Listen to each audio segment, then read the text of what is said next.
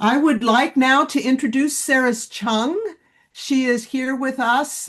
She will give us a plenary talk on the work that she has been doing. Saras, if you would introduce yourself, we will go ahead and get started with your talk. Awesome. Hi, everyone. My name's Saras Chung, and I'm joined by Sarah Christman. Can you give a wave, Sarah? Might be frozen, but when Sarah comes back, she'll give a wave. But the two of us, we will be presenting, teaching students how to think, not what to think, integrating system dynamics in schools. And it's really nice to be here with all of you today. I look around the room and I'm just really amazed at how so much of the work that we're presenting, and thank you for all who invited us, is built off the shoulders of many of you who have been at this for many, many, many more years than we ever have. And so what we're sharing today is just a little case study of kind of how we got to integrate system dynamics in the entire Soulard School as of 1 year ago. So this is very much a brand new kind of experience, and we invite you to hold on to your questions and comments, type them in the chat. And we'd love to spend some time chatting with you at the end. So I'll just get started. My name is Saras Chung. I'm currently the Associate Professor of Research and Director of the Social System Design Lab at Washington University in St. Louis, Missouri. I was previously, the past 8 years before, was at Skip Design and helping work on the ground with school leaders to address issues of educational inequity here in St. Louis, mostly in the city schools. So that's kind of the frame of work I come from. And Sarah will introduce herself more specifically later, but just want to flag that we are co-presenting this particular thing. There's lots of people to thank. And so if you see any of these folks on the call, Janet, I know you're here. This work does not happen because Sarah and I are just amazing and wonderful. It happens off of many people and the many folks who have contributed to thought and just ideas around this idea. So to give you a little bit of background from where this angle is coming from, I actually don't come from a school angle. I was never a teacher in schools, and I've never run a school. I'm looking at Alan Gunderson, and I just think about how amazing it is when there is a teacher who knows how to do this. And Diana, you've been doing this for many years. My angle comes from just higher ed and positive youth development research. So the Brown School of Social Work and the Social System Design Lab is where I received my MSW and PhD. There's Peter Hobman, and they were very influential in helping me think about the beauty of inviting people with lived experience into designing systems. And so this approach, community-based system dynamics, is very much a part of the way that we think about the work of inviting system students into the system dynamics space. And so we've done a lot of youth out of school type of experiences where we ran a program called Changing Systems, which invited high school students onto WashU campus to identify a problem that was really pernicious to them. It started with the killing of Michael Brown here in St. Louis, Missouri, and just conversations about race and ethnicity and how that impacts people's perceptions of their own experiences in schools. And then I pivoted from there as a computational social scientist to Skip Design, which I became the executive director of, and did more pointed on the ground work with school leaders to identify key solutions for potential challenges that they're experiencing, specifically on enrollment decline and other issues. So why from a social work angle am I thinking about teaching system dynamics in school? Education is not my background. Today we'll talk about kind of the idea, the implementation, and the current learning. So if you recognize this photo, this is Jay Forrester, the grandfather of system dynamics. I love this photo because it's got that old school computer stuff in the background. I don't even know the technical language for it, but he was a very, very brilliant man. And even in his brilliance, he created the first microchip processor. He said at MIT, for this type of learning, and he's talking about system dynamics, exposure to dynamic thinking should start at an early age, before contrary patterns of thought have become inflexibly established.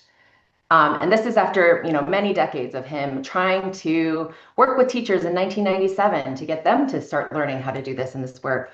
He said this many, many times. I think right before his passing, he would talk about the importance of doing this in K through 12, iterated over and over again. And Jay was onto something. When you think about, sorry for this blurry image, but it's about brain development. And this is on the x-axis. You have time in terms of the development of a child in months before birth, -9 to 1 before birth, and how much happens here.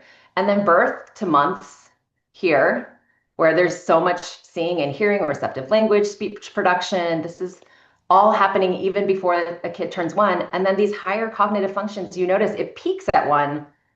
And then it's weird that it starts kind of mild, adult levels of synapses are started to form. And by 15, this if you're thinking about balancing loops, this is starting to like create the pathways your brain is already starting to think and develop.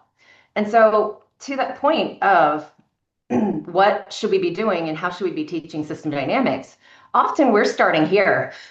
2019, I got exposed to system dynamics when I was 23, I think, maybe 20. No, that's not right.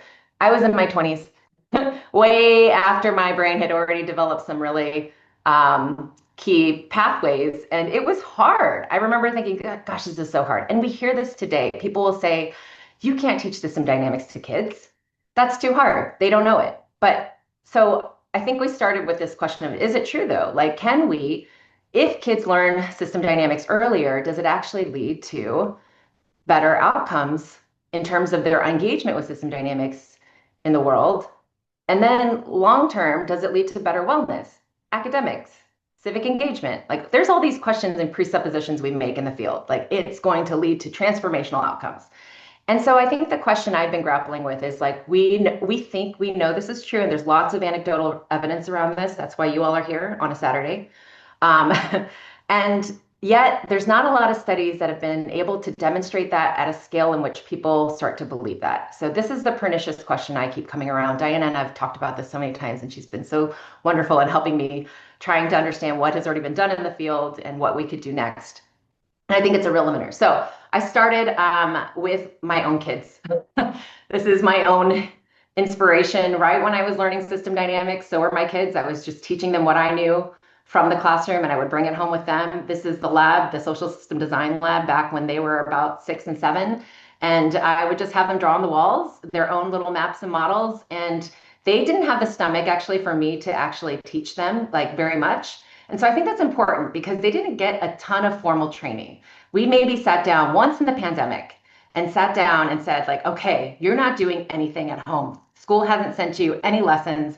We're going to learn system dynamics. I sat them down. We lasted 2 days. They did behavior over time graphs, an iceberg model, maybe some causal loop diagramming, just a very quick intro. And then it's fascinating what they did with it. They actually started using it kind of in their own life to plot out their own ideas. So this is Karis drawing on the walls because she's so freaking bored during the pandemic, shutdowns, nothing to do. And she's like, okay, this is a window. This is the level of boredom over days, 0 to 60 days. She said, actually, I'm right around here. I think this is almost peak boredom, but probably not. I just think there's more boredom to go. I'm really scared that by day 60 in shutdown, I'm going to be so bored. I don't know what I'm going to do. And I was like, well, what's your hope? And she said, well, I hope we can change this trajectory and like get less bored, even if we're shut down. And so I said, well, what are you going to do? And she's like, I don't know. And so she started teaching herself actually guitar, guitar and ukulele. And it's fun to think about now because now she's like actually playing in bands and doing things, but she was managing her own behavior using the systems thinking tools and tips. And now she's kind of in college, 19 years old, utilizing that period where things are really boring and actually doing something with it. So that's just my kind of like personal, like, wow, this was really interesting. We only had 2-3 days of causal loop diagramming. She's not doing it right, but she's using feedback thinking to manage her life. And this one's about caffeine and how much time she literally sent me that yesterday, of just like what decisions she's making in order to manage her life in college.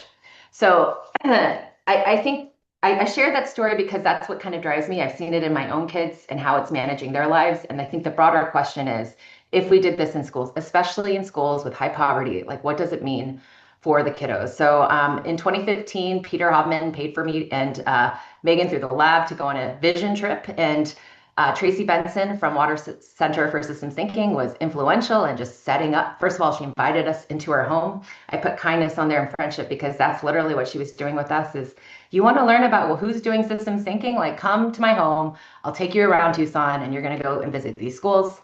We visited Borton Elementary in Tucson. This is 10 years ago. They are still doing systems thinking today, which we'll show some photos of later. But this really opened my eyes.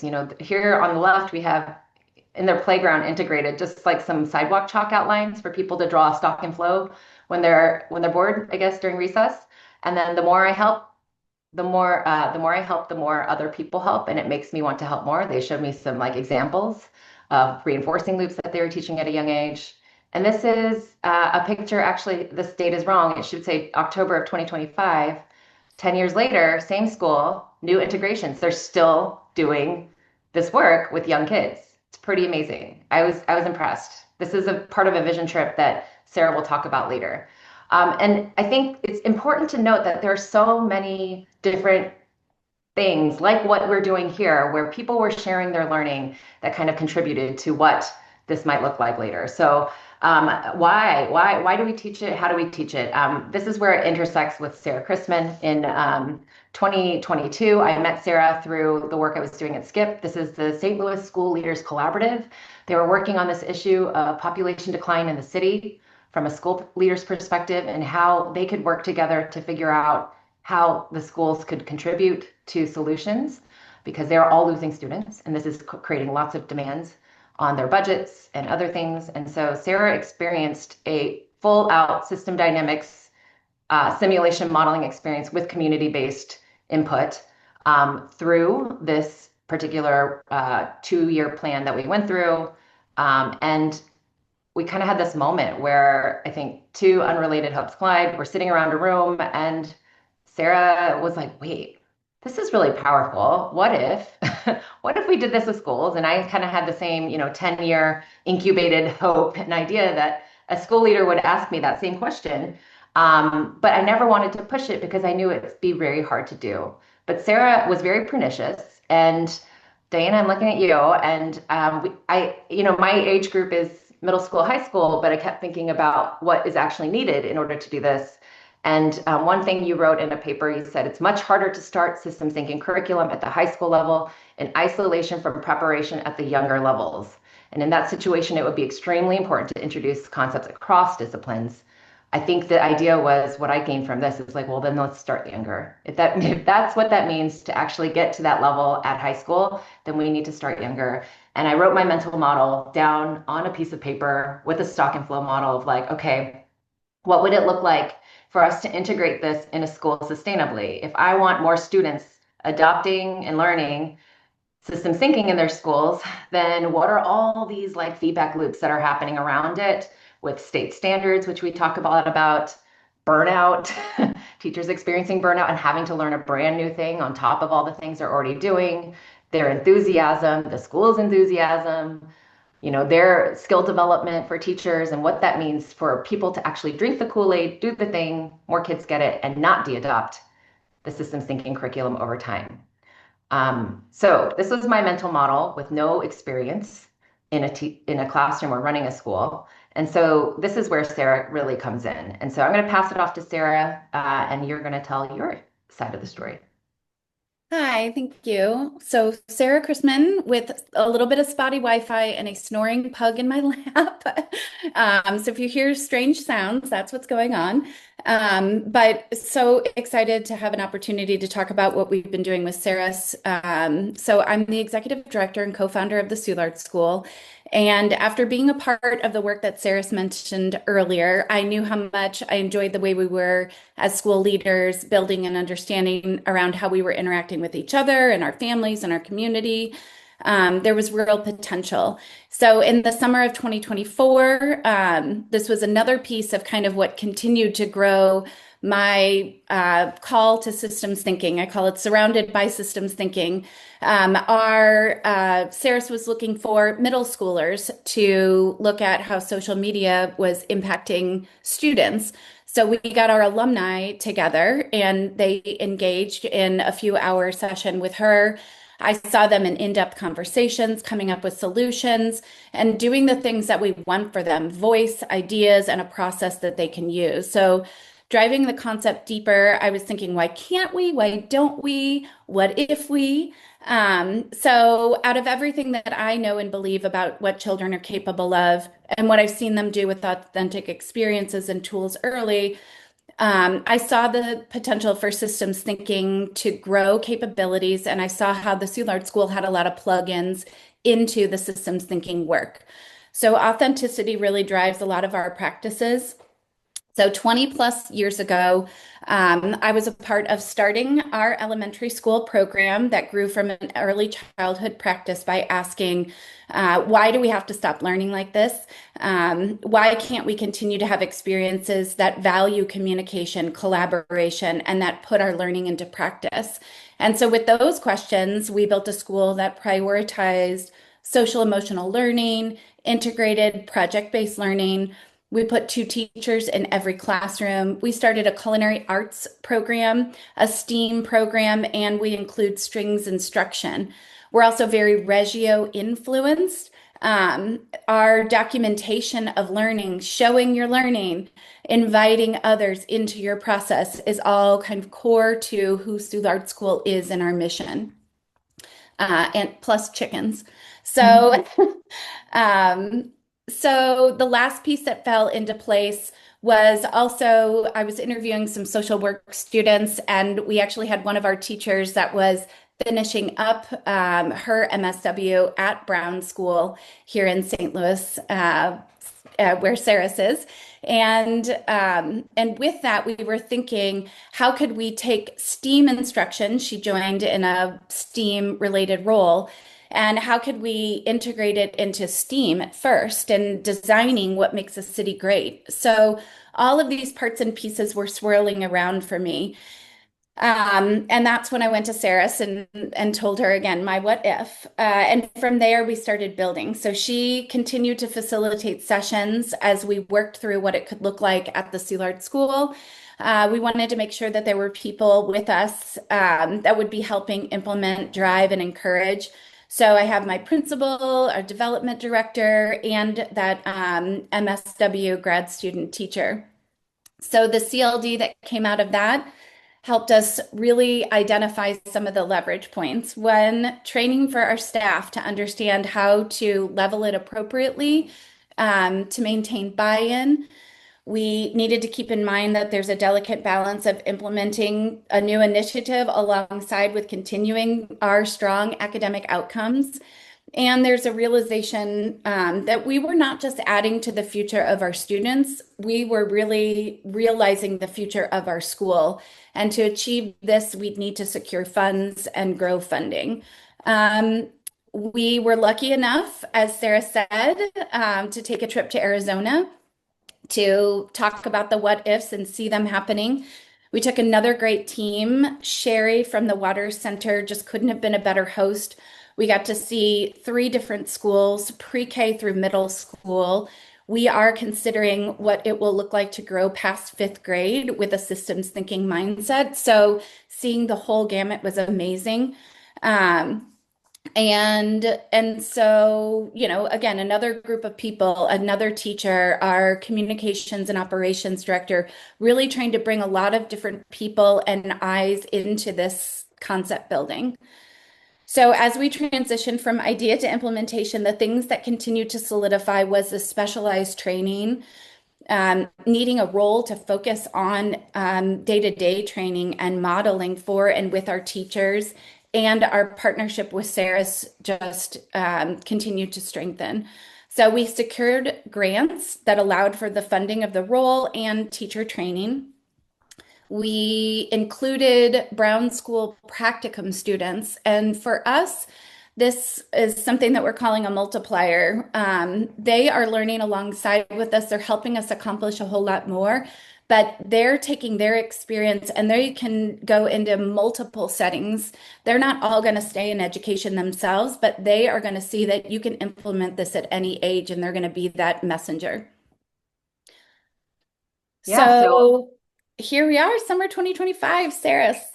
Yeah, so we just started I mean, we secured a room, and I felt like once we secured the room, we have to do the thing. So we invited folks from the school, and nearly there was representation from every single grade level from teachers who signed up on their own time to learn the skill on their own over the summer in community. And so we held this 1 week, it was actually just 3.5 days of systems thinking training for educators using group model building scripts as a way for them to internalize the tools and the methods and the ideas of systems thinking on an issue that they have experienced they themselves. So we actually chose teacher burnout because that's a separate project that we're working on anyway, and had them model and learn how to use behavior over time graphs, variable elicitation, and causal loop diagramming, connection circles, et cetera, through this idea of what leads to teacher burnout. So last thing I'll say about that is one inoculation, and the idea was like, let's just see what they can do this year. Like, no expectations, let's just see what they want to do with it. And that group represented really every classroom, pre-K through fifth grade. So the response and the interest in it was huge and exciting. I think one of our hardest to win over teachers actually emailed Saras and said, that was the best professional development ever. We were like, what's happening? So we are now almost 2 months left of the school year. And this is just some of the stuff that our pre-K through second graders are doing.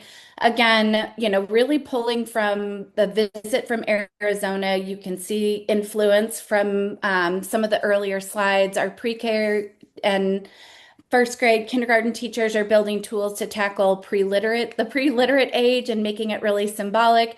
But then, even at second grade, they're modifying the ladder of inference as a way to provide text evidence. So they're playing with the tools.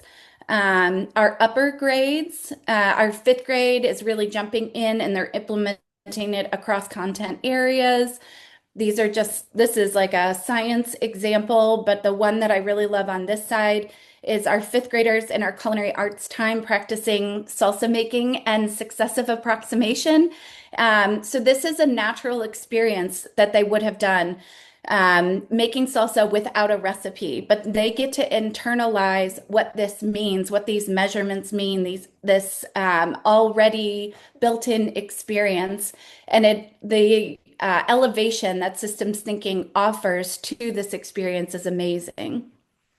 The vocabulary, right?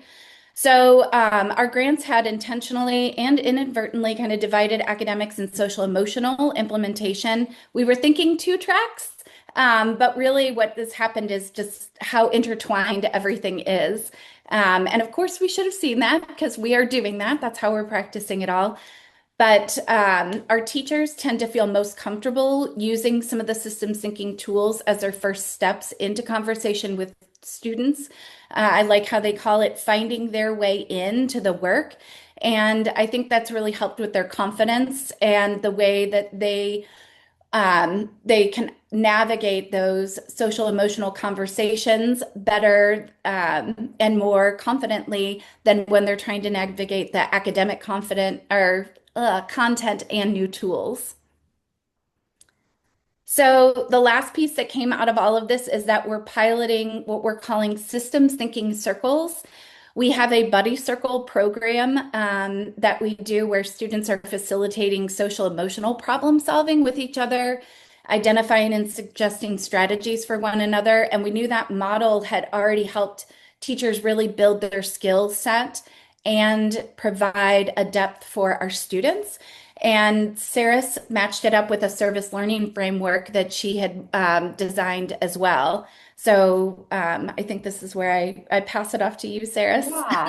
Yeah. So the idea was if people are doing service learning, which is basically an elevated version of community service, like kids are asked to address an issue in their classrooms that they want to deal with. The second graders and the first graders in this photo chose the case of cafeteria chaos. Many of them talked about how the cafeteria is so loud.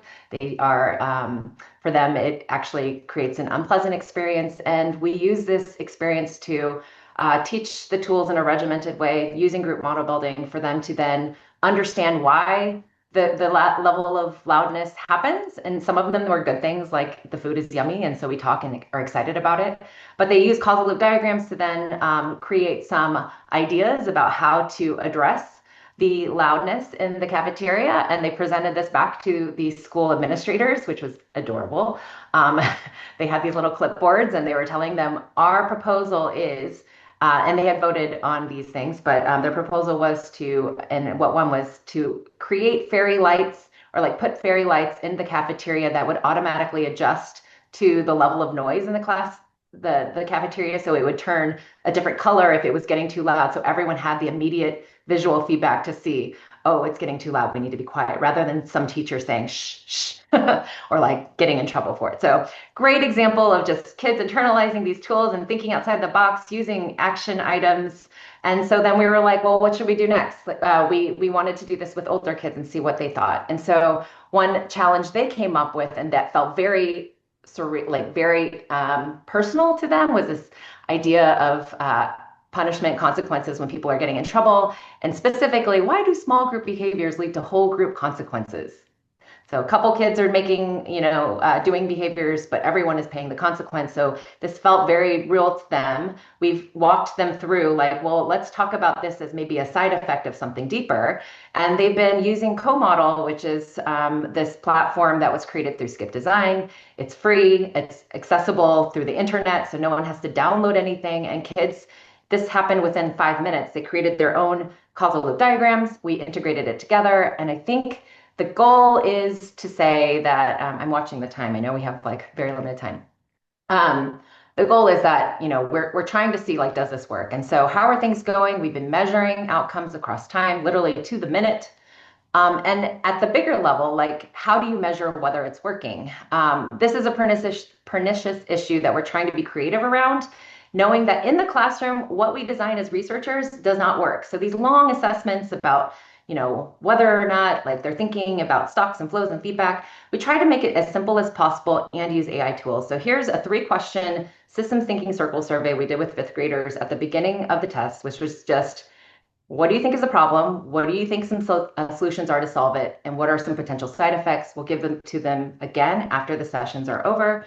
We're using ChatGPT to translate these handwritten text to Excel, putting them in Excel format, and then messing around with this. We created a GPT in ChatGPT that is an automatic grader that takes text that they've written down and grades it against certain aspects of stock and flows, accumulations, processes, delays, and it automatically gives a classroom assessment by child about how they're doing in any given particular skill. Obviously, this needs to be validated and tested with all sorts of inter-rater reliability. Does this actually represent what researchers would do? This is the output you get from this particular GPT. It gives you strengths as a teacher, some common missing system dynamic skills that you might see, and then the average pretest for a teacher to say, like, okay, if everyone is doing pretty good on feedback thinking, then like maybe we should spend some time on stocks and rates, maybe some rates of change, etc.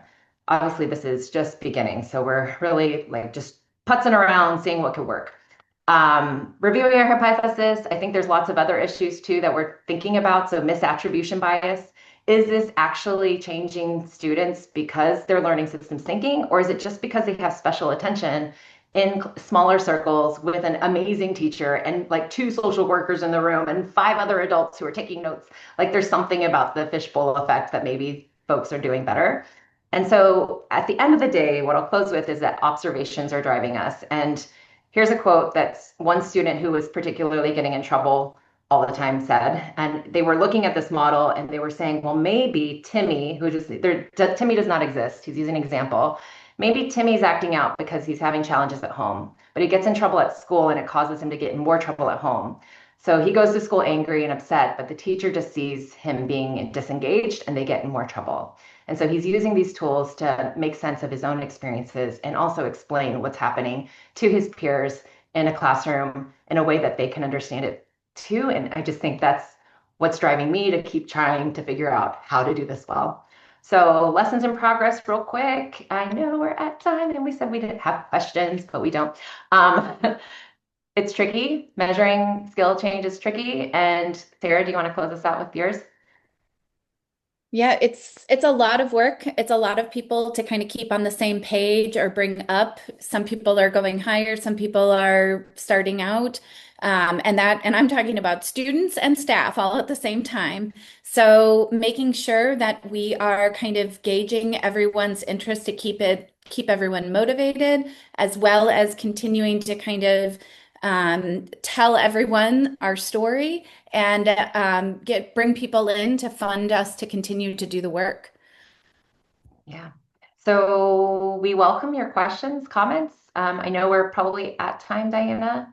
But yeah, lead us We away. are. I'm sorry, we don't have time for No questions. worries. We should have given you a larger slot, but we appreciate your presentation. I think we want to have more conversation with both of you. But for right now, I think we need to go to our breakout rooms. Thank you very, very much for your presentations. It was wonderful to have you with us. Thank you. Feel free to contact us and leave comments. We'll be happy to answer them. Okay, Appreciate thank it. you very much.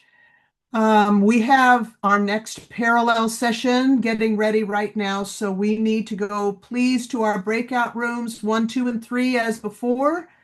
So please do that. Under the 3 dots, go to your breakout room that is of your interest.